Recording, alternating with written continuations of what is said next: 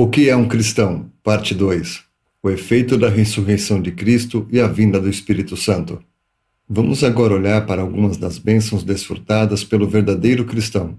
Mas ao olhar para este assunto, deve ser claramente entendido que é somente a partir da ressurreição do Senhor Jesus Cristo e da vinda do Espírito Santo que as bênçãos cristãs foram reveladas.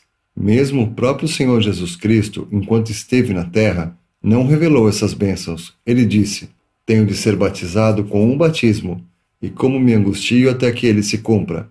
Vemos isso em Lucas 12, versículo 50. E novamente, tenho ainda muito que vos dizer, mas não o podeis suportar agora. Quando vier, porém, aquele Espírito da verdade, ele vos guiará a toda a verdade. João 16, versículos 12 e 13. O apóstolo Paulo, também citando Isaías 64, versículo 4, diz: mas como está escrito, as coisas que o olho não viu e o ouvido não ouviu e não entraram no coração do homem, tudo quanto preparou Deus para os que o amam, pois Deus nos revelou a nós pelo Espírito, porque o Espírito tudo esquadrinha, até as coisas profundas de Deus. Qual dos homens sabe as coisas do homem, senão o Espírito do homem que nele está? Assim também as coisas de Deus, ninguém as conhece, senão o Espírito de Deus. Nós não recebemos o Espírito do mundo, mas sim o Espírito que vem de Deus, para que saibamos as coisas que por Deus nos foram dadas gratuitamente. 1 Coríntios 2, versículos 9 a 12. Isto é, que aquelas coisas que o profeta declara, que não podiam ser conhecidas nos tempos do Antigo Testamento, nos é dito expressamente, devem ser agora conhecidas pela vinda do Espírito Santo. Exatamente o mesmo testemunho é dado pelo apóstolo Pedro em sua primeira epístola, capítulo 1, versículos 10 a 12.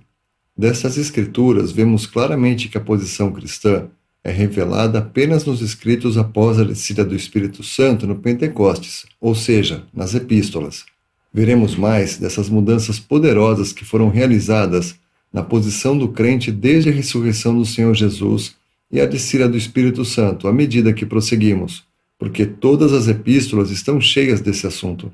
É natural que assim seja, pois era absolutamente necessário que o homem primeiro fosse completamente testado, para ver se ele poderia produzir obras aceitáveis para Deus, antes que Deus mostrasse as riquezas da sua graça.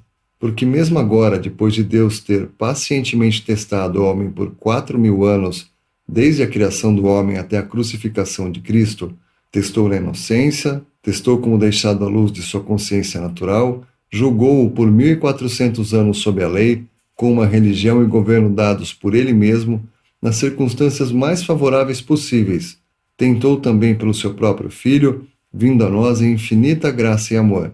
E a massa da humanidade ainda está tão louca em seus devaneios, a ponto de pensar que naturalmente podem fazer obras aceitáveis a Deus, e absolutamente se recusam a curvar-se à verdade de que as melhores obras do homem em seu estado natural são abomináveis a Deus, como estabelecido pelo versículo: os que estão na carne não podem agradar a Deus.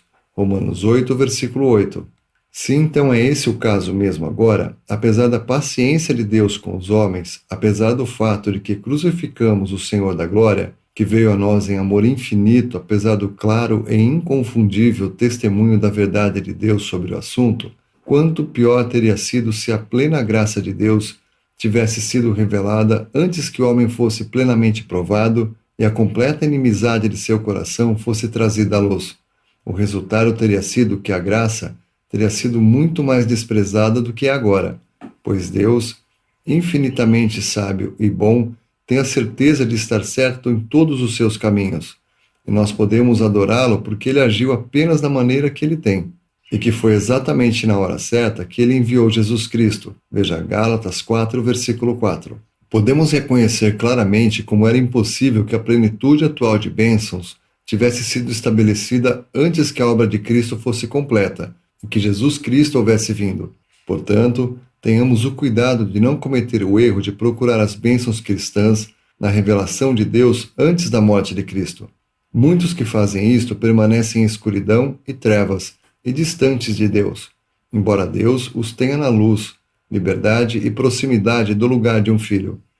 Vamos então, com toda a humildade, olhar para a questão das bênçãos cristãs, prontos para aceitar tudo que Deus nos dá, com a mais profunda gratidão e reverência, reconhecendo que não por nossos próprios méritos, pois não temos nenhum, mas simplesmente olhando para Cristo. Baseado no texto de Sidney Long Jacob.